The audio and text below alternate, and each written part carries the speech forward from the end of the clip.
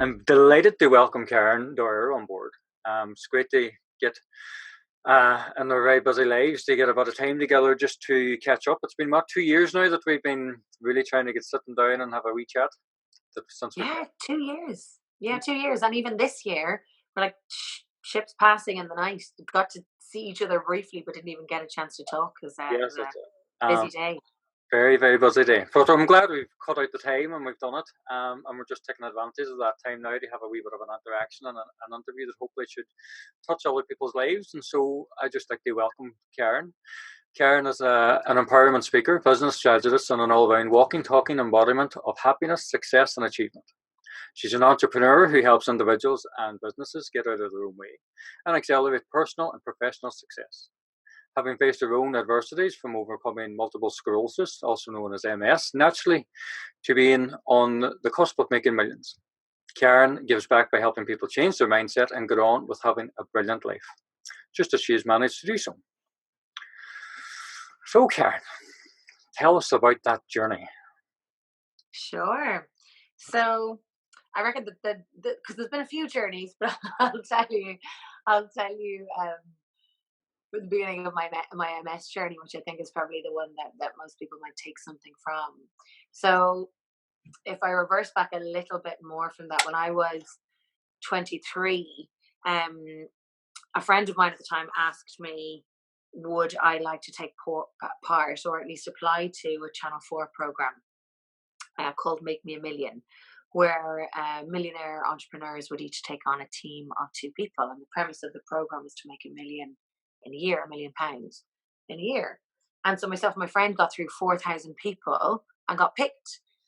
And so the business plans that we had, they didn't want to use them, or the person didn't want to use them. And so we were handed this kind of idea of a business. Anyway, from looking at, what could work and if we could make £1 million a year, I realized it wasn't going to happen. The business plan was around making or developing a chain of luxury kids hairdressers. And so to make £1 million in a year, it didn't make a lot of sense to me with, overheads and property and insurance and training people and all those things. So I started researching a kind of a sideline part of the business, which was to create products for kids.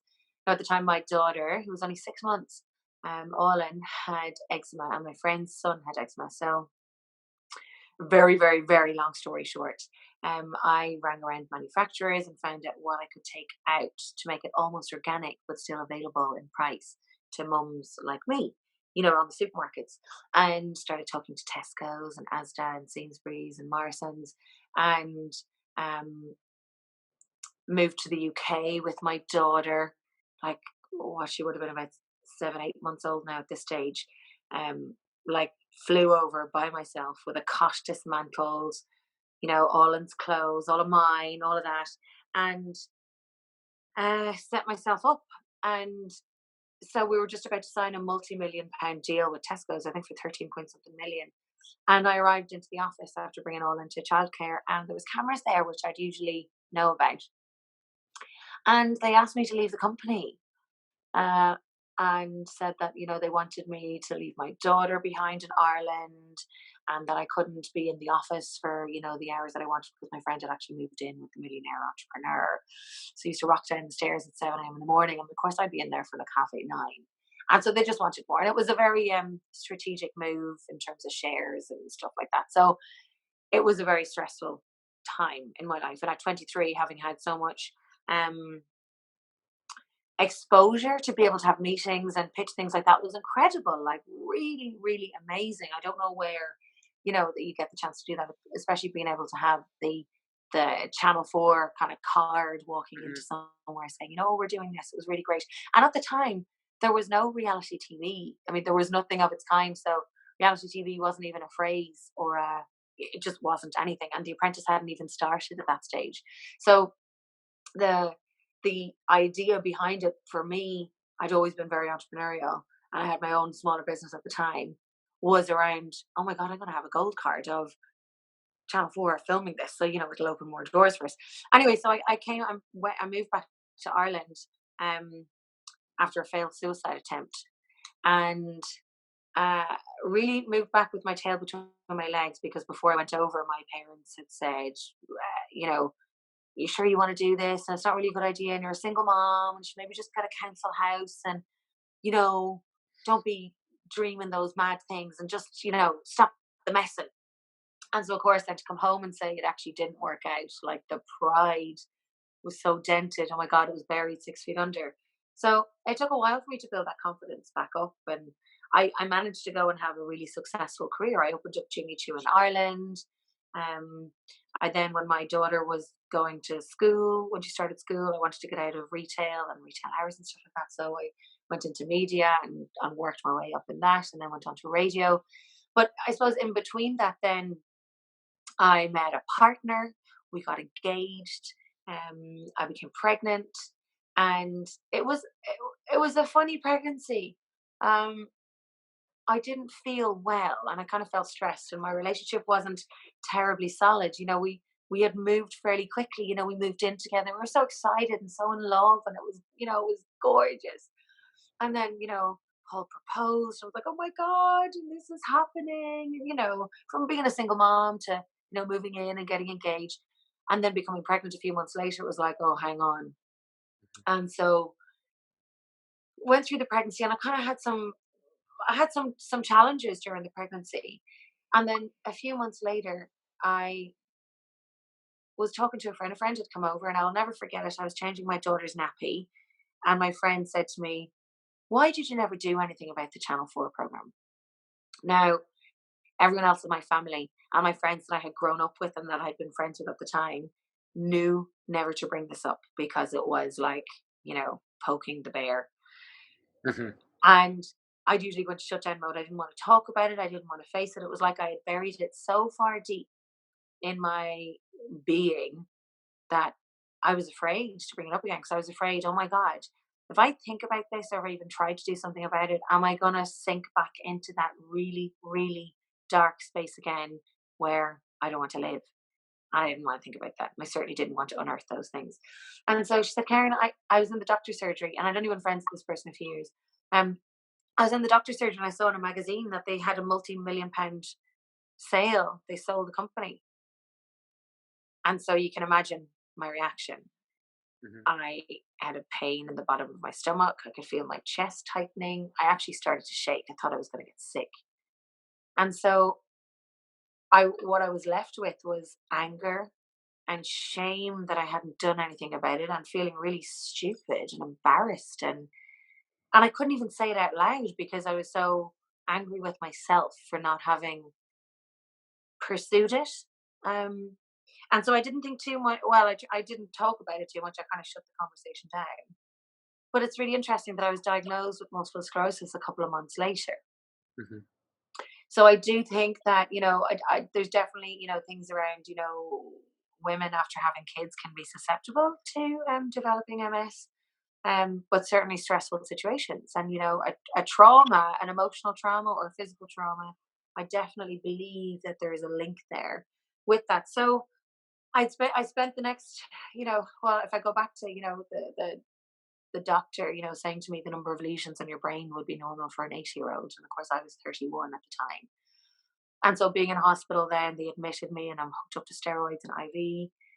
And, you know, I had to make those phone calls to my family and to my partner at the time to say, I'm pretty sure that I've got multiple sclerosis, and they're going to do, you know, a spinal tap or a lumbar puncture just to count the proteins in my spine to confirm it. But they're pretty sure I've a significant number of lesions in my brain. And so the fiercely independent, strong, capable person had to ring everyone and say, you know, I'm in hospital, and, you know, this is what's happened.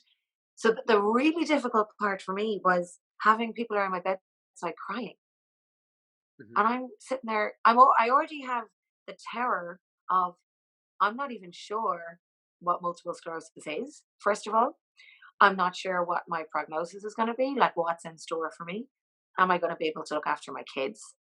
How quickly is this going to happen? What do I do? Who do I talk to? But I also didn't want to let anybody know that I felt like that, because I didn't want to be vulnerable. Because for me at the time, it was like, if I'm seen as weak, or if I actually address that part of my being as being weak, well, I'm afraid that it's all going to come tumbling down. And it was like, for myself, it was like walking on my own eggshells of, okay, you've got this. Come on, just keep it up. And it was like that nearly, you know, quick hastened breath of, I'm fine, I'm totally fine. You know, what are you crying for? And actually getting angry with people for being upset. Because it was like, don't you dare get upset for me. Don't dare pity me. And don't worry about me, because if you worry about me, well, then it's going to make it worse. Um, so I spent the next couple of years in and out of hospital having complications with medication. Um, you know, everything from collapsing driving on the M50 to having a liver count 7 times higher than it should have been, to having to go into intensive care because this particular new drug that I was trying slowed your heart down. So like I'm in this ward, you know, cordoned off with people around me that are literally on life support. And I'm looking going, I shouldn't be here. I shouldn't be, you know, a really surreal experience. I'm kind of in a shutdown frame of mind of, this isn't happening. So I don't know if you want to call it in denial or self-preservation or being strong.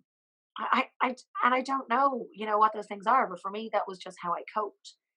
And it, it, it really struck me when something else kind of big happened in my life, when my ex walked out on Christmas Day a few years later. And you can imagine, I was thinking, not not something else. Like, why me? Here we go again. You know, it was like, okay, it was like feeling like a punching bag, you know, right, here's another thing that I have to deal with. And it occurred to me that after going, and this was a real turning point for me, after going to a personal development seminar, and the person who was Tony Robbins, so I went to Pendulum Summit, and he started speaking about, you know, what are you grateful for? And I couldn't think of anything. And I was thinking to myself, I remember the thought passing through my head of, I should be grateful for my kids being born, but it was like, I'm just saying that for the sake of saying that. And it struck me that my mental well being was really not good if I couldn't feel happy about that. And it was like a slap in the face of reality of, hang on, what's going on here? So I was, you know, on benefits in my mom's house, single mom with 2 kids by 2 different fathers with a disease. And one thing that I failed to mention is that in December 2014, I decided to give up my career when I was managing a radio station. And so I was then financially dependent on my partner at the time. So all of a sudden, I was in this predicament where I wasn't independent at all, you know, at all anymore. I wasn't financially secure. I was living in my mom's house, which was wrecking my head, you know, and even though my mom's fantastic and great and all the rest, but I just had this belief of myself that I was just broken, damaged goods. And I felt like I had nothing to live for other than to be there for my kids and to feed them and to clothe them and to make sure that they were okay. But it was like I was just existing, I was just purely surviving. So when Tony Robbins was speaking, talking about, you know, what are you grateful for? And, you know, when was the last time that you were like really happy and really feel it in every fiber of your being? And like I was just crying. I'd like tears streaming down my face. And I was, you know, when I'm like a massive crowd of people, I remember just putting my head down and my face was hot and there's tears coming down my face. And just thinking, oh my God, have you sunken into this place again that you don't want to live? And as the day went on, he started talking and he's quite confronting, um, in saying to people, you know, stop being a victim. You know, if you're sitting there giving out about something, well, do something about it. And it had been quite a long time since somebody had spoken like that. You know, I know he wasn't directly speaking to me, but I suppose he was directly speaking to everybody in the room. But the thing that I had found, or the thing that I suppose realized, was that I had been living in such a victim mindset of poor me, and everything is horrible, and everything is terrible, and I'm never going to be able to, you know, be happy again, or just living in a state of constant fear and worry and anger and resentment, and also feeling isolated and making myself wrong and feel like a terrible person because I was feeling those feelings, so it was like a double whammy. Mhm. um so I created a real possibility for myself that day, and writing down that I wanted to be happy, and I didn't care what I had to do, and I didn't know what that looked like, you know, but I needed to do something. And it was a turning point for me going, okay, Karen, change that, change your life and do, even just the smaller things to look after yourself. And so for me, that turning point on looking at what I'm grateful for, that turning point of actually taking some responsibility for myself and how I felt, rather than looking outside of myself for someone to fix me. It was like, hang on, you've got this and you can do this. And so it wasn't one big great thing that I did and it was like, oh my god, everything's perfect. It was smaller incremental things that I changed over a period of time that led me to going back into my neurologist's office a couple of years later and him going, what have you been doing? Mhm. And at this point, I'd given up the medication because I'd had so many complications. In December 2014, when I decided to give up my career, I gave up the medication as well. And, the first year after that, I felt an immense amount of pressure to, oh my God, you have to fix yourself and you have to do everything perfect, or else, this disease is going to ravage you. And so the first year I ate my emotions. I beat myself up constantly because I knew I wasn't doing what I felt I should have been. Mhm. And that word should is quite an important word. Sometimes I'd like to ban it, because this thing of, we should do this, it's like guilt ridden, really, really guilt ridden. And so it wasn't until Paul walked out on Christmas Day, and I say to him, it was the best gift he could have given me. And I don't mean that in a facetious way. We weren't getting on and we were killing each other, and I was stressed. And, he got the raw end of the stick a lot with, me being scared and afraid. And I can only imagine, I only spoke to him recently, a few weeks ago about it, saying, what must that have been like for you? Mhm. you Mhm. know, because you really, had to deal with me being in such a space of being scared and isolated. And I didn't really communicate that. I didn't really let him in, so to speak. And then I'm not saying that I was, a devil and he was an angel. He had his own part to play too, of course. But really being able to own up to that actually was quite freeing. But I'll go back to my neurologist's office and walking in and him asking, well, what have you been doing? And so when I get asked a question like this, and I'm in a neurologist's office, my breath again is quite shallow, and I'm thinking, oh my god, what's he going to say? Oh my god, what's he going to reveal to me? Because this is the results of an MRI. Mhm.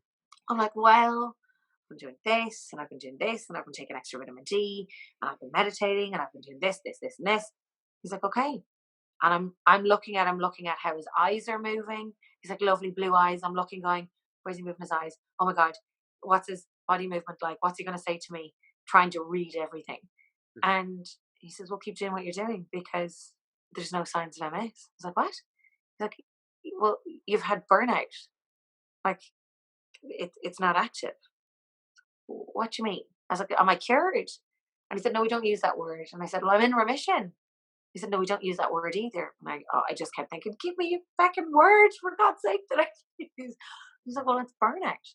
And a lot of people get that in their 50s and 60s, where it just kind of naturally runs its course. And Wow. so continue doing what you're doing. So, yeah, I suppose, I'm sorry, I'll let you speak because I feel like I've wanged on there for ages. No, no, it's like it's not a term that I've heard used, around MS, that it actually fizzles out. I've never heard that around MS. Um, Yeah, burnout. Yeah. mhm. And it's blows my mind even hearing that whole, journey that you've been on.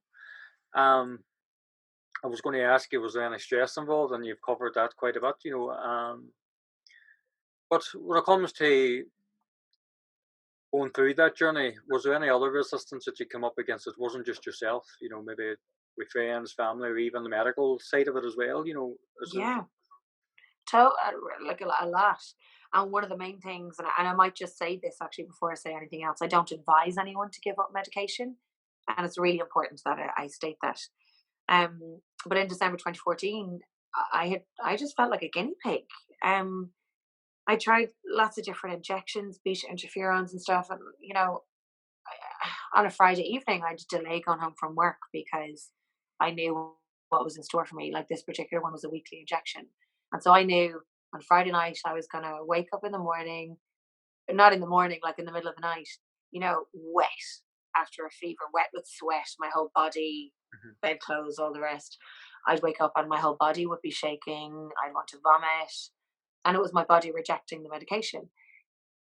And then December 2014, after collapsing driving, and I had acute labyrinthitis, which affects the inner connection between your ear and your brain. And I'm sure I'm not explaining that in the most scientific way, by the way, but that's my lame ass terms of doing it.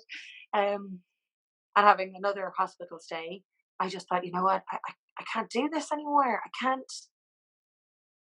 can't just keep going from pillar to post, and I really wasn't helping myself at all. It was like I'm just relying on this medication just to fix everything, rather than being proactive about it. And so deciding to give up, it was against the wishes, of course, of my neurologist. And he's like, Karen, you can't do that. You shouldn't do it. And I was like, look, if things progress and if it gets any worse, I will absolutely go back in the medication. Okay, but you need to just give me 6 months to a year and let me see how I get on. And so, of course, then trying to tell my family this was interesting, particularly my mom. And my mom is like a fierce supporter of anything and everything that I do. Like just moms are awesome. Mhm.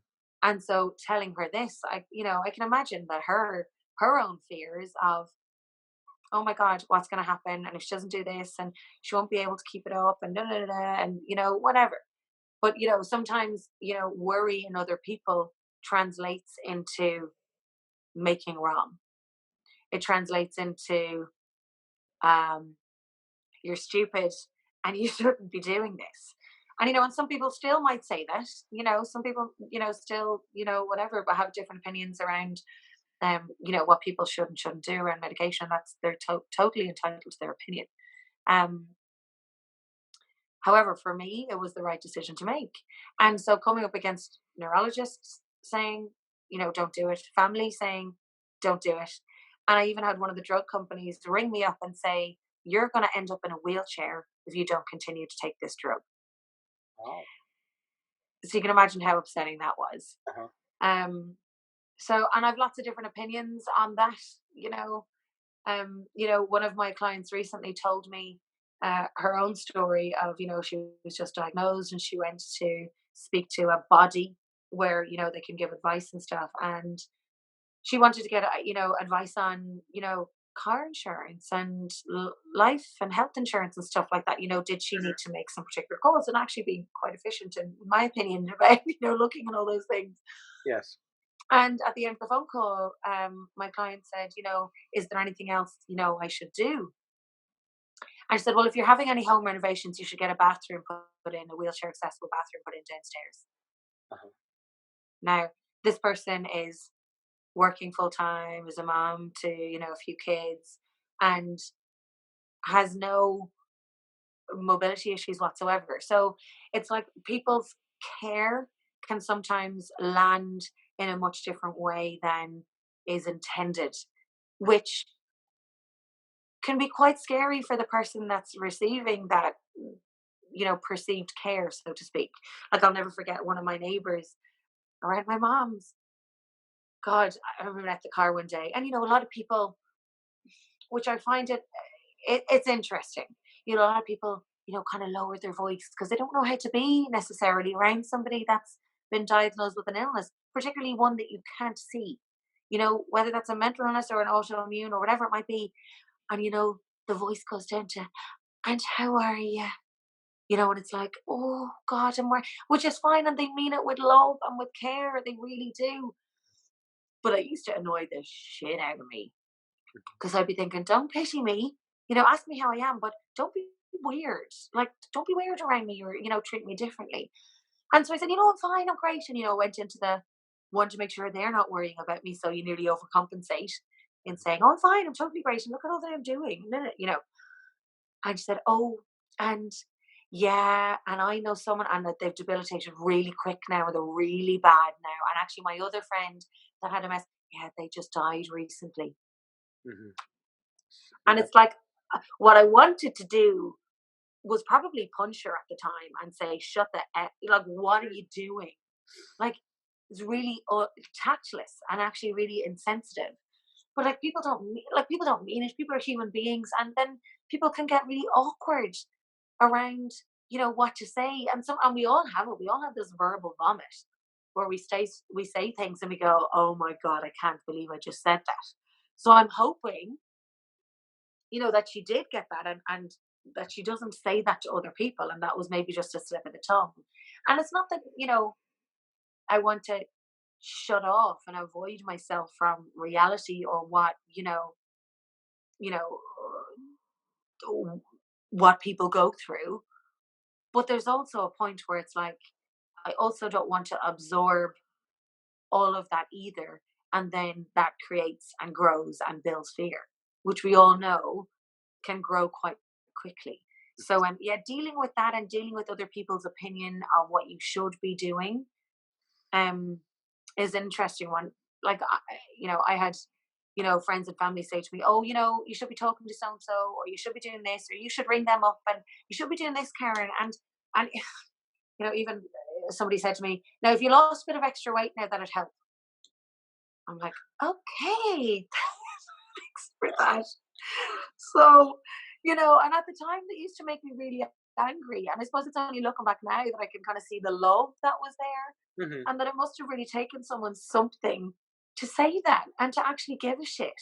Hmm. But it occurred to me at the time as, "You're making me wrong." And then really deep down underneath that was total fear and being isolated and going, "I don't know that I'm able to do that. And I'm so petrified that it's easier for me just to get angry and make you wrong rather than actually take a look at myself." You know? Hmm. Yeah. I hope that answered your question. No, it has, just a wee tangent off it. Maybe, what have you found, or what did you think happened that changed that dynamic for you, where it maybe got to a point where you maybe quietened down the outside noise and just focused on what you were looking to do? And Hmm. how did you deal with Yeah. that? Do you know what it was? It wasn't again just one big thing. It was like over a longer period of time, like creating those habits. Like, gratitude had a massive impact for me, like massive, massive, massive impact, because I realized that I'd been looking around the world, and it's like when you it's like when you buy a new car, or you're looking at buying a new car, and say, for example, I drive a white, like, GP thing, um, and so when I was looking at that, or when I bought it, certainly all I could see was the same car around. It was like, Jesus Christ, did everyone buy exactly the same car? It's kind of funny. Yes. And it's the same thing, the mindset that I was in, which was poor me, and everyone's annoying me, and they're telling me what to do. No, no.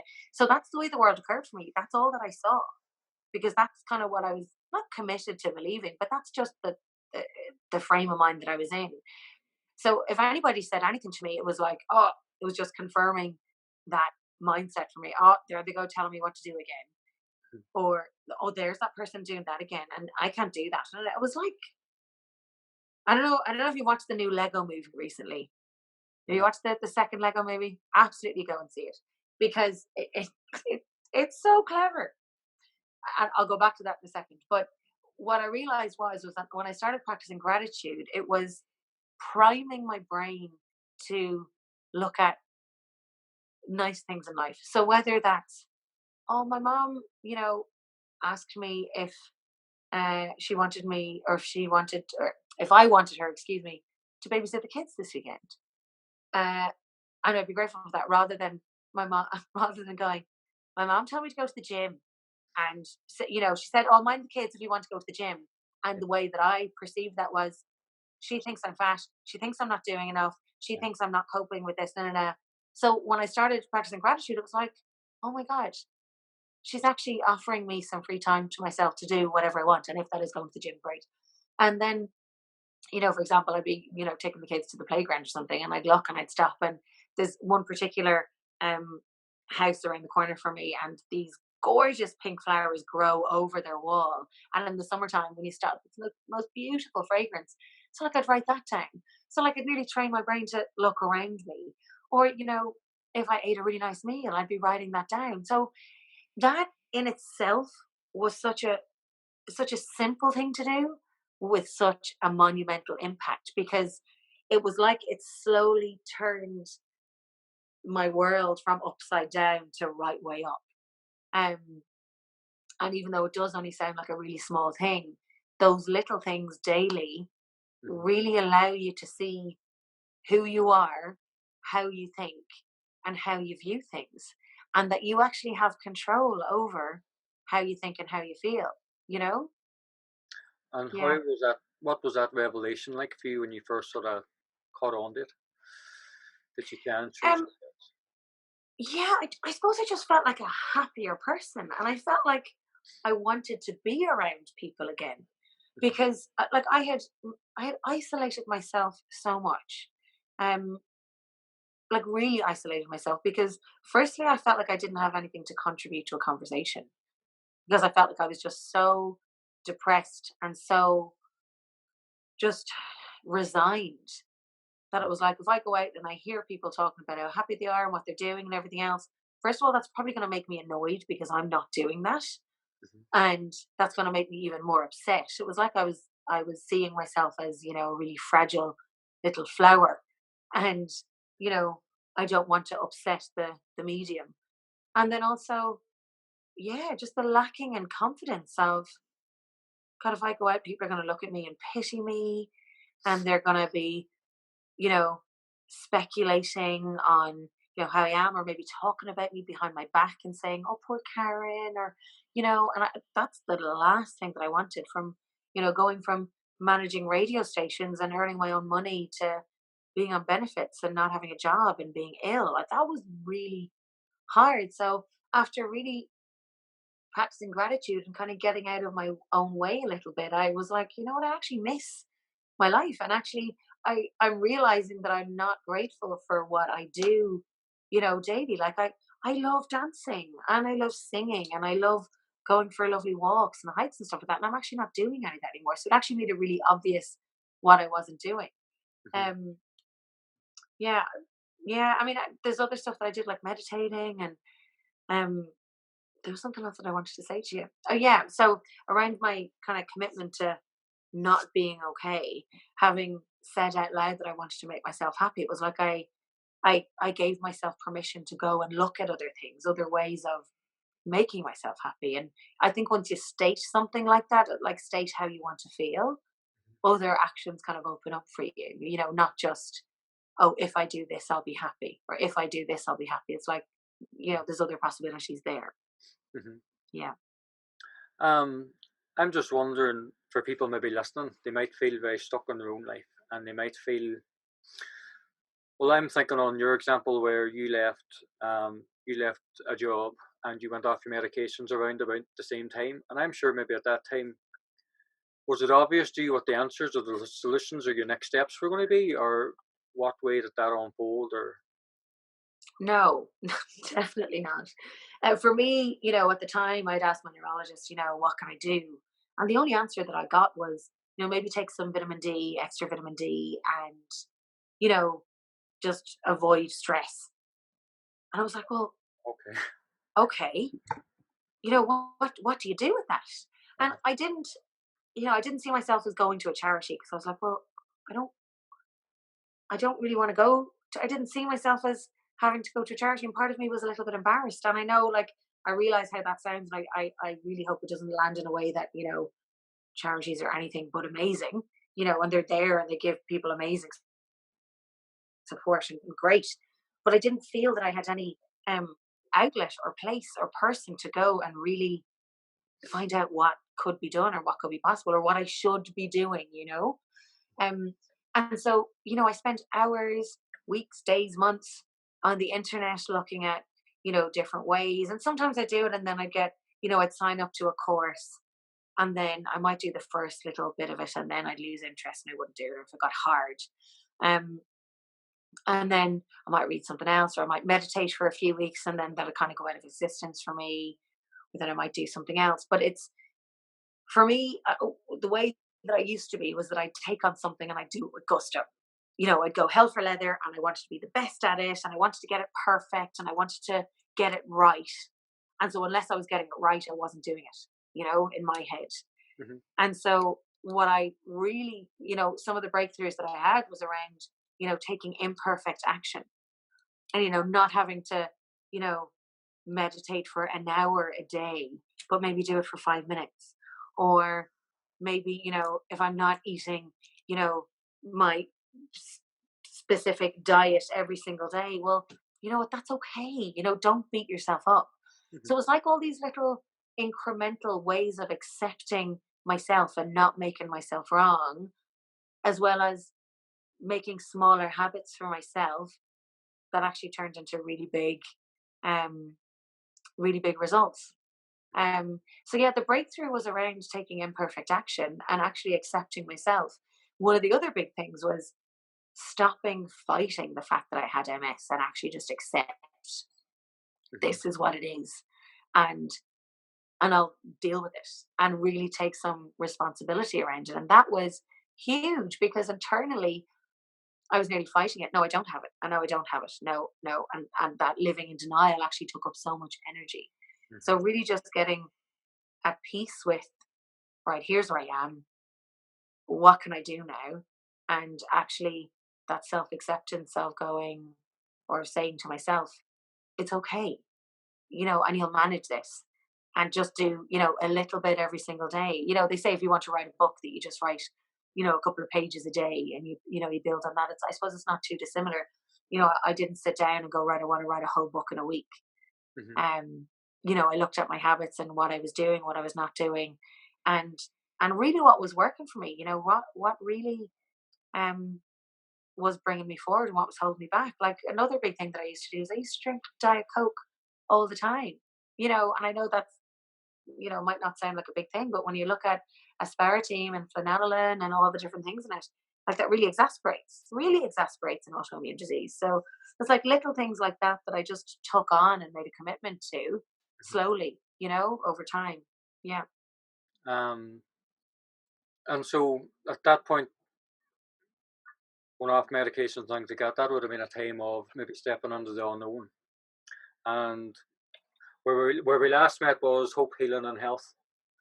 And so, how would you describe how that maybe had a play on getting from A to B? Stepping into the unknown. Was there an element of hope there, or faith within yourself, or what? How would you? Yeah, there was definitely an element of, I use the phrase, it wasn't my first rodeo. That I Right. had, come through the whole Channel 4 thing and been annihilated and embarrassed and everything Hmm. on TV, and not just in the UK and Ireland. I remember a friend ringing me up from Australia and going, Karen, I've just woken up when you're on the TV. This is a few years later, and I thought, oh my God, this is not the gift that I want to keep on giving. Um, Okay. so I kind of felt like, you've gotten through Yeah. something before that you felt like you couldn't do, and you know what, you can do it again. And I didn't feel like that all the time. Hmm. Um, but it was like there was an inner light of some sort, an inner strength. And some people, again, I'll go back to the saying, some people might call it naivety. Yeah, there was something really inside me saying, you've got this. And I didn't know exactly what this looked like. I didn't know what the outcome was going to be.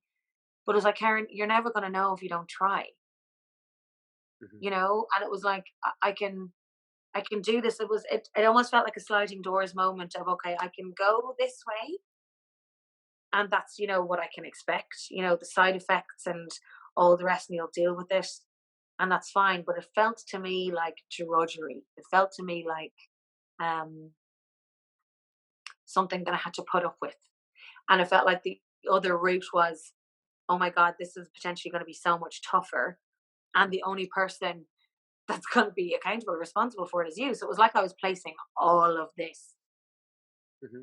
probably bigger responsibility than I needed to, but it was like I really put a lot of pressure on myself, and it was hard for the first while until I really got present to, just take some actions, just do something and find someone who will support you. So whether that's a buddy that's going to keep you accountable to something, or whether it's a coach, which I'd highly recommend, because they will, like if you talk to friends or family, they know your ins and outs, they know your buttons, and also then they know when to let you off. Yes. Say for example, like my mom or my sister or anything else, if I said no, I'm really tired, or else they'd be like, oh, okay, do you want, are you okay? Do you want to hand mine to the kids? And I'd be like, yeah, I do. And Mhm. so, and that's great when you really need the support. But sometimes actually Mhm. what's really needed is someone to go, well, hang on, you said that you wanted to achieve this. And is that actually adding to that, or is it taken away from it? And what's really going on? Mhm. What's really going on? And let's take a look at that. And a coach, a good coach will know when to push you, and a good coach will know when to go, okay, there's something blocking you there. Let's work with that, and let's really uncover Mhm. what's going on so that we can have a breakthrough in that area. And so that's why I think it's really, really important to make sure that you have someone that really has your back. And whether that's someone that's going to call you out on your own BS, Mhm. you know, when you're just going, no, I'm just being lazy and I don't want to do this. Or sometimes when it's like, no, actually, self-care is really important here and I need to take a rest, or I need to do whatever. But that is hugely important. And that's the thing, that's the difference between, you know, someone that will really be successful in what it is that they want to do. Mhm. I'm not saying that people can't be successful when they do it by themselves. They absolutely can. And, Yes. that's what I did first. But everything really accelerated for me when I started being accountable. Yeah. Very Yeah. good. I don't know if that answered your question, Patrick, did it? No, it definitely did. What I call, so if we were to bump into each other maybe 5 years down the line, what do you feel your life would look like then, or how would you Oh, like? wow. That's a lovely question. Part of me gets excited and part of me gets a little bit scared, to be honest, because I'm like, oh God, when you state these things out loud, then there's almost an agreement, that you're going to Yeah. fulfill them. Um, what would I like life to be like? Like personally, I'd love to have like another relationship, and I feel quite vulnerable saying that because it's like, oh, I don't want people to pity me, but like it would be amazing to have a relationship. Mhm. Um, and what else? I would like for my business to be really successful and to be able to do from anywhere in the world.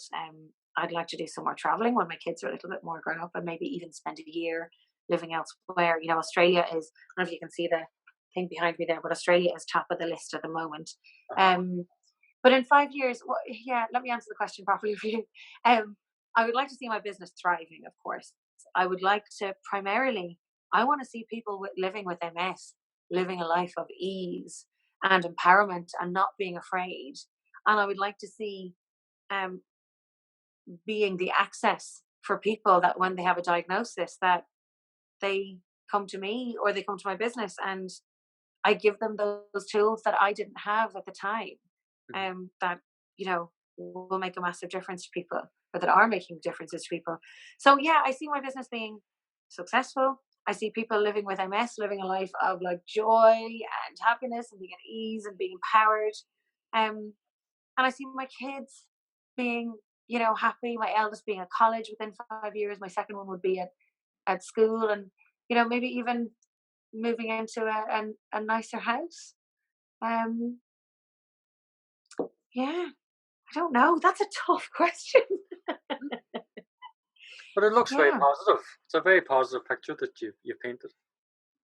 yeah, Some nice aspirations yeah, in there too. Um. yeah. Oh, I see myself having a flat stomach. Okay. I'm hoping I'll go to get that in the next year, though, rather than 5 years. Uh huh. That's a short-term goal then. Yeah, that's a short term one. And so, talking about 5 years ahead, so what about right now? What gets you out of your bed in the morning right now? So, what gets me to bed in the morning is primarily my kids. Like just as a parent, and yourself, like you just want the absolute world for your kids, um, and to make sure that they have everything, and that really drives me in my business. Like I just launched my MS to Success program, and which is a 90-day program, which really empowers people living with MS to have like a really incredibly strong mindset, to have all of the information and tools I believe are vital for someone to live a life that is at ease and not be taken by the disease. And I don't just mean physically, but mentally. For me, like the biggest thing was, the mental side of MS and the future that I didn't know I was living into. And so getting up in the morning knowing that I'm making a difference to those people, like have a shift in their life, and actually, really empowering them to want to get up in the morning. Because Yeah. I certainly didn't when I was diagnosed first. I just wanted to stay in bed all day, every day, and just um, ignore what was happening. And then, my coaching clients as well. I mean, again, they've so much going on, and to be able to have the time out and the privilege to spend time with people one on one, whether that's, a mom that's lost their mojo, or whether it's an entrepreneur, that's starting out, or a CEO that, is realizing that they don't have enough time to do the things that they love, and really empower them in getting back to doing what they love, or empowering, a mom to set up their own business. Um, that just that's food for the soul for me. Um, so like I have a few different hats that I wear. Obviously, I have the gratitude journal, I have MS to Success, and then I have KarenDwyer.global, which is my website that kind of has everything in it, and that's where people come and they book like one-on-one sessions, or they might even come and do my 6-week motivational masterclass. So people do it from the comfort of their home, because I find it's great. I love going out and meeting people, and giving talks the same way that I met you at the Hope, Health and Healing event in Enniskillen. And nothing gives me greater pleasure than meeting someone face to face. But sometimes a lot of people actually want to do it from the comfort of their own home. I have clients in the States, and we have calls online. So it's at a time that suits them and suits me, and we can record it and send it on. They can go back. So that really is food for the soul for me, because I get to talk to people all over the world, and really empower them to lead an amazing life. Yeah, so that really does too. Yeah, Sounds awesome. That sounds like a load of great reasons to get out of bed in the morning, not just one. I know. Yeah. So what would be your favorite pastime be? Oh, I love dancing, and I don't do enough of it at the moment. Um, I love dancing. I love singing. Again, I don't do it very often. If there's a karaoke bar, I'll usually be one of the first ones up to have an old tune. Now, whether it's good or not is a different story, but I enjoy doing it. But that's certainly one of the things that's top of the list for me at the moment, is to really get back to actually giving myself time to, do that. I actually went to the gym this morning for the first time in quite a while. So it was like, bless me, trainer. It has been 3 months since my last training session. Uh-huh. um, so yeah, like I love doing that. I love being active. I love going for a hike, somewhere where there's like, a big body of water, maybe a mountain or something else as well. It's the simple things really that I love doing. The simpler, the better. What's your karaoke song? Your go-to? Oh, probably Proud Mary, or like an Adele song. Uh-huh. Hello, that song Hello by Yes. Adele. I love singing that. I think It's a everybody. belter song. Or yeah, probably Proud Mary, Tina Turner. Like it's always my family, actually, at any family gatherings, it's always like, all right, Karen, go on, up you go, do Proud Mary. And inevitably my entire family, we all end up, doing the move, Yes. the hands back and forth. And one of my cousin's wife, Caroline, that's her song too. So it was really funny, in family gatherings. And it was like, okay, Caroline, get up. And I was like, hang on a second, that's my song too. So we'd end up getting up and getting the whole room up, like, which is just so funny. But inevitably, we always end up with a headache afterwards, from doing the dance moves too, which is quite funny. Definitely not from drinking the beer. That's a workout on itself. Yeah, exactly. And what's made you properly laugh recently? Oh, well, that's an interesting question. So, one of the things in the MS to Success program, because I realized, and you mentioned in the question, when someone really feels like, they don't know what to do, or they're too scared to do something, or they think to themselves, God, I couldn't do that. I couldn't do that, or I couldn't, be showing up or talk to somebody about how I'm feeling, or, what's going on for me. So I decided that I would get out of my own comfort zone and show people that, I'm walking the talk. And so yesterday, after taking my daughter to the cinema to see the Lego movie, which I highly recommend you go see, by the way, the gorgeous message in it. After that, we came outside, and it's a busy shopping centre. I don't know if you know Liffey Valley in Dublin. They have these recliner seats in the cinema. That's why we drive a little bit further.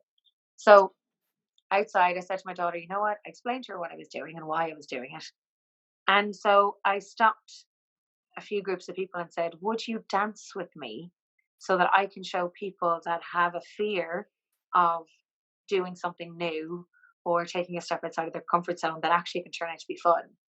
And also for me, it was, I had a couple of no's first. I stopped two different groups of people and they said no first. And, inside I was going, oh my God, I'm mortified. And they're going to think I'm a weirdo, and they're going to think like there's something wrong with me. And, all those inner voices. And then it was like, screw it, come on, just go again. And I stopped this woman and her younger daughter. And they said yes. And actually, funny enough, her daughter had just been diagnosed, and her 19-year-old daughter had just been diagnosed with MS a year previous. So it was like, serendipity or fate, whatever you want to call it. So we ended up connecting via social media afterwards. But then, so I kind of got the courage then to ask another couple of people that were sitting down on the opposite side of the kind of greenery area outside the shopping centre. And they said yes after explaining to them what I was doing. So I tried to play music. I tried to play river dance, and it wouldn't play on my phone while I was putting the video on. And my 7-year-old was recording this. So it was like, oh, screw it. We'll just do it without the music. So the lady that was beside me said, okay, we'll do an Irish reel. I'm like, I don't even know what that is. But she starts going, do, do, do, do, do, do, do, do, do. And so we all just start dancing. This is outside a shopping centre, people coming out of a cinema, loads of restaurants, and I'm Irish dancing with strangers. So my face was sore from laughing. Yes, that's the last time I kind of properly had a big belly laugh. Yeah, that's good. And you do it often now. I would say you would be more cheerful and laughing more often nowadays. Absolutely. It's, do you know what it's like? I don't take myself so seriously anymore. And having that understanding of myself, that I'm not having to have everything perfect all the time. That if I mess up, or I don't know, make a balls of something, that it's like, well, it's grand. I'll just learn from it the next time. So yeah, life is a lot happier than it was before. That's good. So the conversation we've had today, and really what the audience are listening in for, is it's the idea is around change, and that people can actually change, and we do so more often than we realise. And so that being said, what would your message be to anybody out there that might be worried or feeling that maybe they can't change, or the mountain that they see in front of them is too big to climb? It may not work the first time or the second time or the third time, but just make a commitment to yourself to actually try and to get out of your comfort zone. Because we all could like sit in and do what's comfortable all the time, but the real growth comes from stepping over that line and saying, you know what, I'm going to give it a try anyway, and even if I do fail, that I can do it, I can try it. Yeah. And so where would people looking to reach out with you or find out more about Karen and your MS Success program and things like that? Even getting a gratitude journal, that I hear so many people saying so many good things about it. So where can people find you online, or can reach out? Yeah, sure. So I suppose the main one where you can kind of get links to the other stuff is on www.karendwyer.global. Then the other websites are, if you wanted, they're all mouthfuls, in fact. So it's www.mygratitudeattitudejournal.com. You can actually order a journal there. Or there's www.ms2success.com, and they can get some more information there. Yeah. Very good. And you have a very good Facebook group too. I love being a part of. Yes. So the Facebook group is called the Gratitude Attitude, or if you go on to my Gratitude Attitude journal Facebook group, there's a link pinned to the top where you can request to join the group. And there's quite a few people in there, which is great. And people are just so gorgeous and posting what they're grateful for. So if there ever is a time when you're having like a bad day or you just don't feel great, it's like, just go in there and even have a read and your spirits are lifted already. That's amazing. Thank you so much for your time, Karen. I'm so glad we actually got catching up, and it's been a long time overdue. So thanks. Thanks so much for having me on. It was a pleasure, and thanks for those questions. I think I'll be going away to have a look at what do I want to what do I want life to be like in 5 years' time? Not only can we look back, we can always look forward to. Yeah, totally. Totally. That's really great. Thanks a million. No bother.